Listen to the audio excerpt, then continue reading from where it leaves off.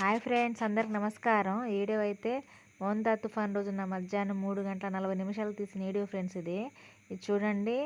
మా చిన్ను బన్నుగాడు, ఈ చిన్నుగాడికి అయితే ఫుల్గా మాంతంగా మోషన్స్ అవుతున్నాయి.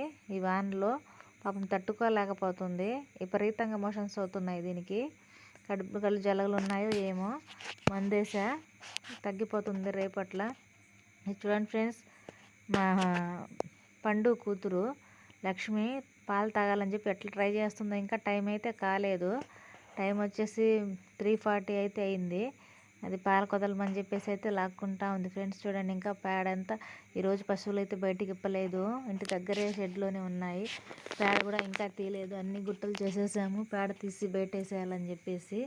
వర్షం అయితే విపరీతంగా పడతా ఉంది ఫ్రెండ్స్. చూడండి, ఇంకా పేడ తీసి మనం దిబ్బలు వేసుకునేంత టైం కూడా అసలు వర్షం అయితే ఇవ్వట్లేదు.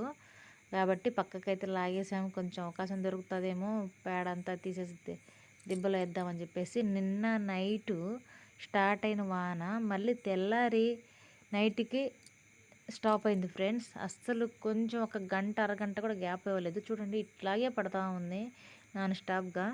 ఇంకా కరెంటు కూడా సరిగ్గా లేదు. వాటర్ కూడా రాకపోయేసరికి బకెట్లు పెట్టయితే అంతా నీళ్లు పట్టుకున్నాము. చూడండి, ఈ విధంగా అయితే గడ్డి కూడా తీసే అవకాశం కూడా లేదు. ఎండి గడ్డి తీసేసి మేపే అవకాశం కూడా అయితే వాన అయితే ఇవ్వట్లేదు ఫ్రెండ్స్. కొద్దిగా అయితే వాములోంచి తీస్తున్నాం గడ్డి. ఆ వాములోంచి తీసి కొంచెం తీసుకొచ్చి బర్రెలు తగ్గేసినాక అవి మళ్ళీ కొంచెం గడ్డి తెచ్చేసరికి అవి తినేస్తూ ఉన్నాయి. చూడండి, ఇంత భయంకరంగా అయితే చలిగాలు ఇస్తూ ఉన్నాయి ఫ్రెండ్స్. అసలు పాడి రైతులకి చాలా చాలా కష్టాలు ఉంటాయి ఫ్రెండ్స్. ఇట్లాంటి వానల్లో వాళ్ళు ఎదుర్కొని గేదెల్ని మేపుతారంటే వాళ్ళకి చాలా చాలా కృతజ్ఞతలు, చాలా చాలా ధన్యవాదాలు తెలుపుకోవచ్చు పాడి రైతులకి. ఇట్లాంటి క్లిష్టమైన పరిస్థితుల్లో కూడా వాళ్ళు చాలా ధైర్యంగా ఈ గేదెల్ని మేపుకుంటూ వస్తున్నారంటే చాలా ఈ కష్టాలు ఎదుర్కొంటారు ఫ్రెండ్స్ పాడి రైతులైతే. అయినా లెక్క చేయకుండా మళ్ళీ వాళ్ళు మంచిగా మేపి పాలు అందరికి అందిస్తున్నారంటే చాలా గొప్ప విషయం ఫ్రెండ్స్.